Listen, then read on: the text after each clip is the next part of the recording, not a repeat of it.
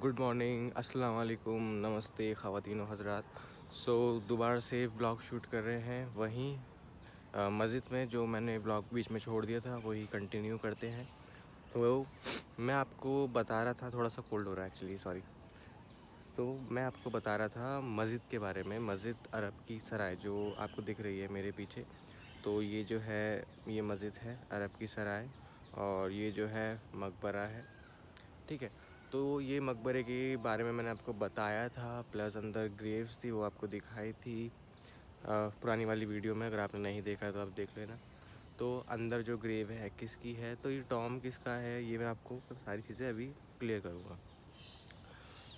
Basically क्या है कि जो हुमायूं की वाइफ थी, तो जब हुमायूं की डेथ हो गई थी पुराना किला में लाइब्रेरी के अंदर, तो हुमायूं की डेथ के बाद जो हुमायूं की वाइफ थी उन्होंने इस हुमायूं स्टोम को बनवाया था।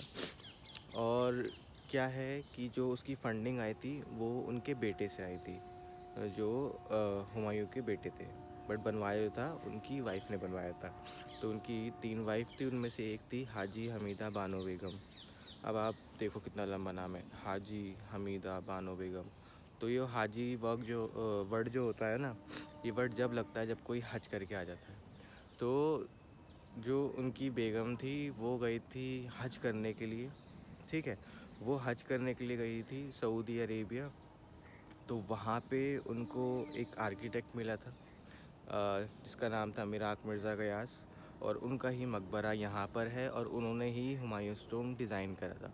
बट उन्होंने डिज़ाइन तो करा था, बट उस चीज़ को वो कंप्लीट नहीं कर पाए थे क्योंकि उनकी हो गई थी डेथ। तो उनके जो बेटे थे उन्होंने उस चीज़ वर्क को कंप्लीट करा था।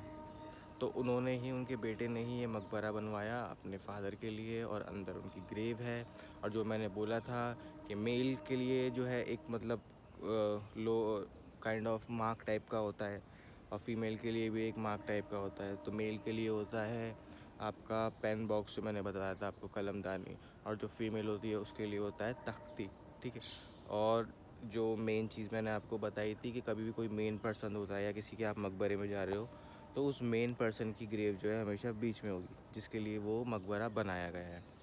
ठीक है, तो आप मान सकते हो या फिर कह सकते हो कि अंदर जो मिड वाली ग्रेव थी, सॉरी टंग ट्विस्ट हो जाती है यार कभी कभी। बीच वाली जो ग्रेव थी वो उनकी थी। ठीक है, मिराक मिर्ज़ा गयास की। और साइड वाली किसकी थी वो नहीं पता है, और उसके साइड वाली किसकी थी वो भी नहीं पता है। ठीक है, बट जो ज़्यादा डेकोरेटेड वाली थी वो हो सकता है उनकी वाइफ की हो, वो दोनों वाइट वाइट जो थी। तो बीच वाली वाइट आप कह सकते हो कि मिराक मिर्ज़ा गयास की थी, जो आर्किटेक्ट थे हुमायूं स्टोम की, और साइड वाली उनकी वाइफ की थी, क्योंकि उसमें मेल और फीमेल दोनों वाले कॉन्सेप्ट क्लियर हो रहे हैं। और मेल वाली ग्रेव जो वो बीच में भी है। ठीक है, तो ये सारी चीज़ें हैं। बाकी आपके पीछे मस्जिद दिख रही होगी, और ये है उस्मान।